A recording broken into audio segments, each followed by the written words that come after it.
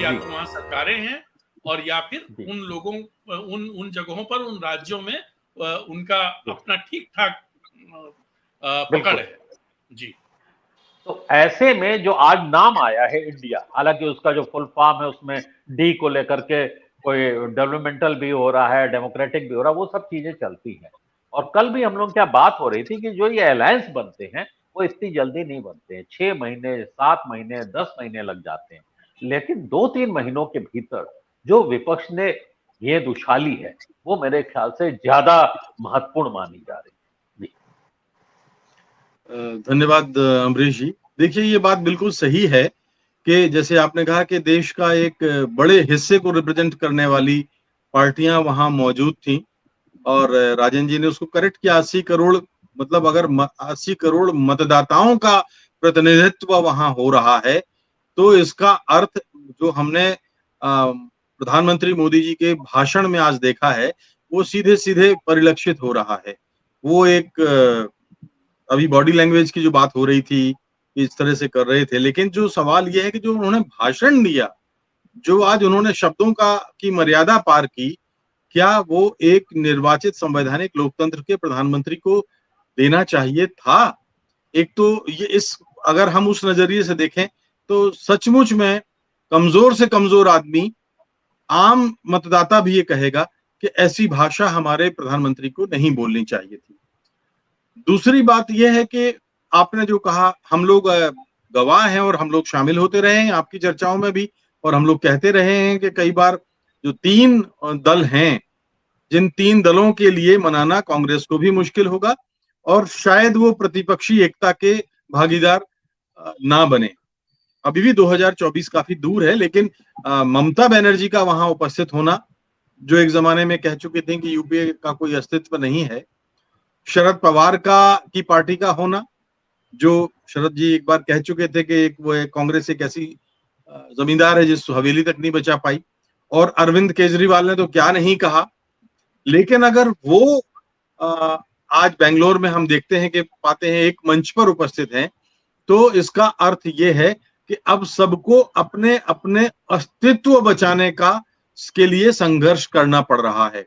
हाल के दिनों में हमने जिस तरह से देखा कि एनसीपी में और उससे पहले शिवसेना में और जो केजरीवाल की पार्टी में जो हो रहा है, तो वो उससे एक साफ संकेत तो ये निकलता है कि भारतीय जनता पार्टी एक ऐसी मछली है जो छोटी मछली को निगलना चाहती है।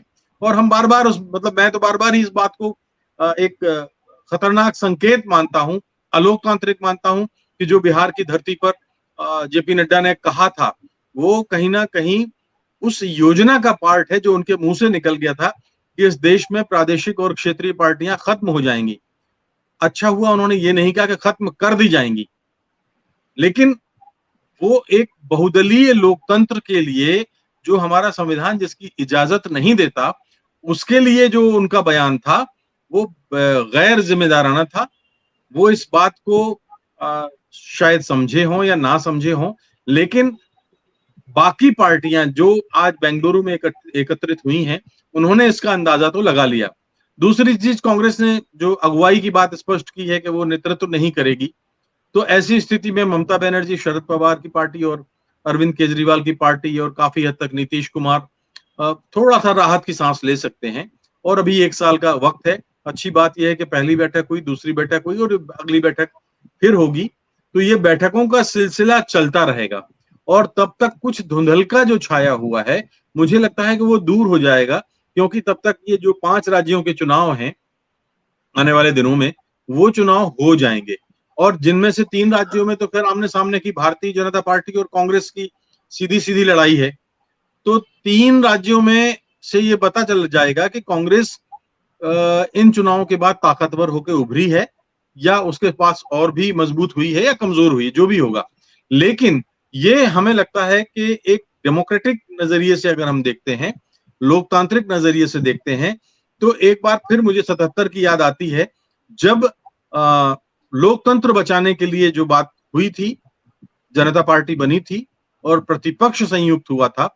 मुझे लगता है कि आज फिर इतिहास अपने को दोहरा रहा है और लोकतंत्र बचाने के लिए जो एक बार फिर जिस तरह से प्रतिपक्ष इकट्ठा हुआ है, हम नहीं जानते आगे कब तक ये एकजुटता चलेगी, लेकिन हमें आशा रखनी चाहिए क्योंकि पक्ष और प्रतिपक्ष दोनों का एक डेमोक्रेटिक सिस्टम में मजबूत होना जरूरी है। जी अमरीश। बिल्कुल।